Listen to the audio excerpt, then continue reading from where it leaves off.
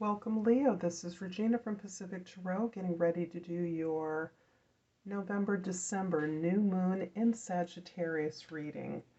I am waffling because the new moon actually falls in November, but it will be obviously affecting the beginning of December. This is a general reading, so it's not going to resonate for everyone. However, if it does resonate for you, please like and subscribe to my channel. I deeply appreciate all the support that I get from you regularly.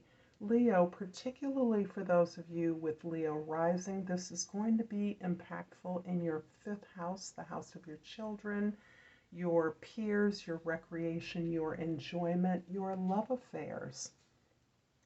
The overall energy, Leo, for this reading is the Page of Pentacles. Page of Pentacles indicates your ability to learn something new, to perhaps consider an offer that allows you to start at the beginning of something and to envision a plan or the possibility of some creation or fruition from a particular place where nothing exists. So this is about you building something from the ground up. Let's see more about what that's going to be. In your 10th house, the house of your social identity, the way others see you, we have the Nine of Cups. And this indicates that whatever you're doing in the social space, you are seen by your community as someone who is contented, satisfied, and has enjoyed the process of sharing their abundance. So this is you being abundant, grateful for your abundance, recognizing and enjoying the luxury and comfort of it, and sharing that abundance with others, verged on the brink of sharing that abundance with others, but your contentment glows. You are the picture of happiness and fulfillment because of some accomplishment that you have achieved. In your first house, the Chariot card indicates that with the assistance of others, you are moving quickly towards a goal. Whatever inner conflicts, external conflicts exist, you are harnessing that energy and it is shooting you forward with clarity and focus towards something that you dearly are determined to obtain. In your fourth house, the Six of Pentacles is where you're at your base. This is you really evaluating the way in which you share your resources with others. This particularly points to a kind of relationship where you have usually been the caretaker. You've usually been the one in charge of identifying the resources and how they should be distributed. You're stepping back from this, and I'm seeing that your ability to step back from being in control, but rather being a peer, being an equal, connecting and consciously agreeing to sharing of resources in a more equitable way based on the needs of each or others. So this is actually allowing you to enjoy what you have more, your strengths, your talents, your pleasures. You are able to understand that as something that you are able to share and discuss and negotiate, and it's freeing you up to appreciate what it is you have, rather than being concerned with equalizing what you have with others who may have less or may have less skill that you're able to share and contribute so that they can have more. In the seventh house, the Eight of Swords is indicating your relationships are causing you a lot of analysis. And in this case, I believe you're looking at past relationships and where they failed, where they were unsatisfying, and where you were unhappy.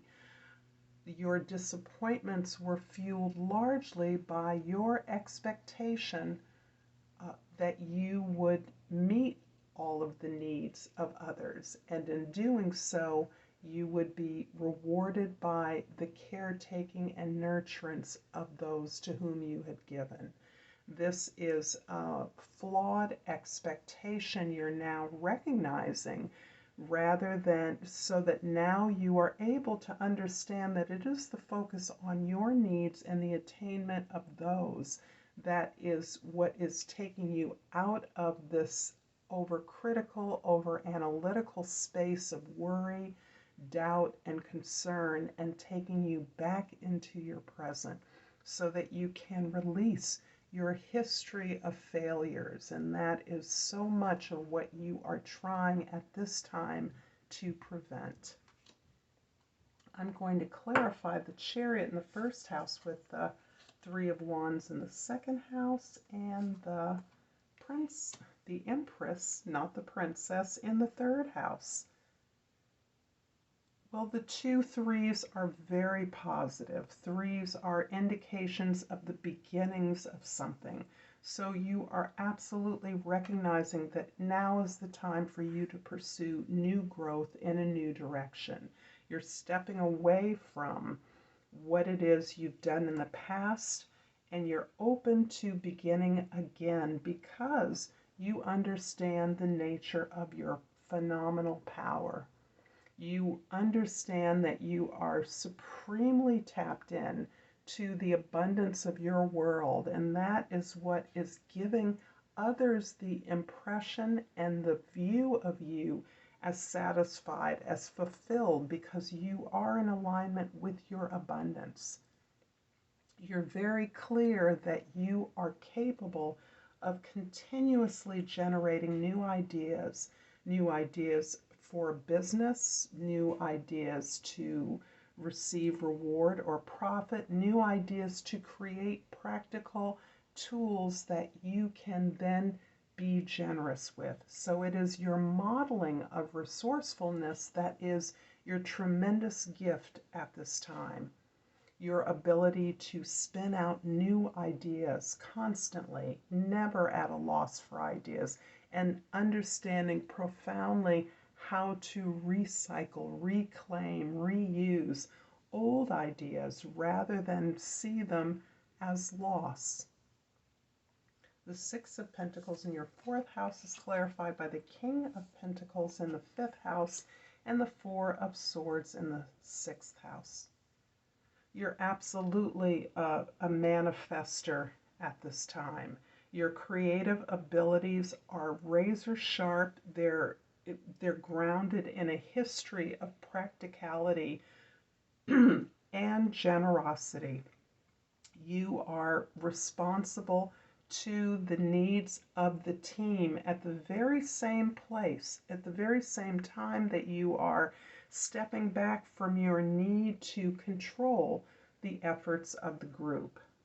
So you are able to generate new ideas, share those ideas, and empower others to follow your model of practical and systematic building. You are also still deeply in practice from the shadow work that you've been doing over the last few years, I would say, certainly throughout the pandemic, where you have really taken responsibility for those failures or disappointments you've had. Those things that didn't work out, you now have practiced those understandings and implemented them in your daily practice. So you are beginning to see the results of this greater alignment with your needs manifesting in abundance in your external world. This healing that you're doing is also something that allows you to step back and appreciate. So there are a number of clues that you are simultaneously stepping back from the ways you have usually handled your relationships and community, handled your work and responsibilities, and the way in which you are now letting yourself be free from those old stories and really aligning yourself with what it is you want drawing on your history of manifestation to start something new. Eight of Swords in the 7th house is clarified by the 5 of Pentacles in the 8th house and the 8 of Pentacles in the 9th house. The story of the mythology of this time of the year, the holidays, is really about a Santa Claus story that no longer has relevance to the world we live in today. The simplistic ethos of reward for good actions and punishment for bad actions is no longer a reality or that we recognize in the world. It is a children's fantasy, and it is applied for a very specific reason that supports our admonitions that children, or we should all, comply with the rules. This is not your experience. You are coming to understand that struggle is not a punishment. Struggle is the way we learn, and that actually reward comes from our ability to be of service to others. At this time, you are recalling a time or recognizing an experience where you have been shut out of a community, not being given the support that you have requested. Understanding, key, that you are no longer aligned with that community. You've outgrown them. This is a familiar place that you've often come, but it came with loaded expectations for what you were allowed to do and be. You're now recognizing that this is in your own hands.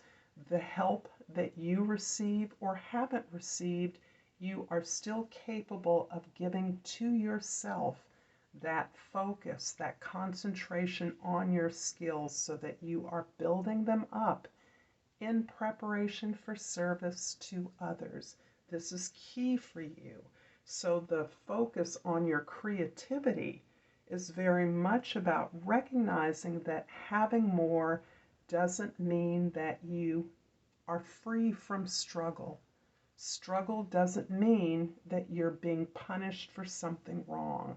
In fact, struggle can be hard work, determination, and focus on something that is important to you. The 9 of Cups in your 10th house is clarified by the 9 of Cups, a repeat card in the 11th house, and the 7 of Cups in the 12th house. So this abundance of your creative flow is really infusing your relationships at every level in your life right now. Your wealth of opportunities is something that you have been freed, has been released for you, has been allowed to flow into your life as you've stepped away from the desire to control the needs or wants of others. You're establishing a clear opportunity for you to make what you have available to others and then negotiate that distribution, that sharing, that teaching with others. And some of this is generating a fantasy, a desire, a longing for options that might have been satisfying to you in the past. A lot of people want your energy. A lot of people would like to see you as part of their organization or their team. And the offers that you are receiving are reflecting the various kinds of rewards or fantasies that you project as a distraction from the work it is that you need to do. So it's not saying that all these offers are invalid or not positive, but they are superficial for at this stage in your life. The offer that is of meaning to you and represents the most significant opportunity is a chance to learn something new, to learn something different, to learn how to build something, how to do something differently. I'm going to clarify this reading for you, Leo, with a flora and fauna of Africa in keeping with my motherland, Mother Earth theme. And I pulled the Cape honeybee, and it is the honeysuckle plant that is its match. The key word is sweetness. Make time to enjoy the fruits of your labor. It's okay to indulge in the sweetness of life. You will soon attract your desires. I'm leaving this here for you, Leo. I hope this has been helpful. Until next time, namaste.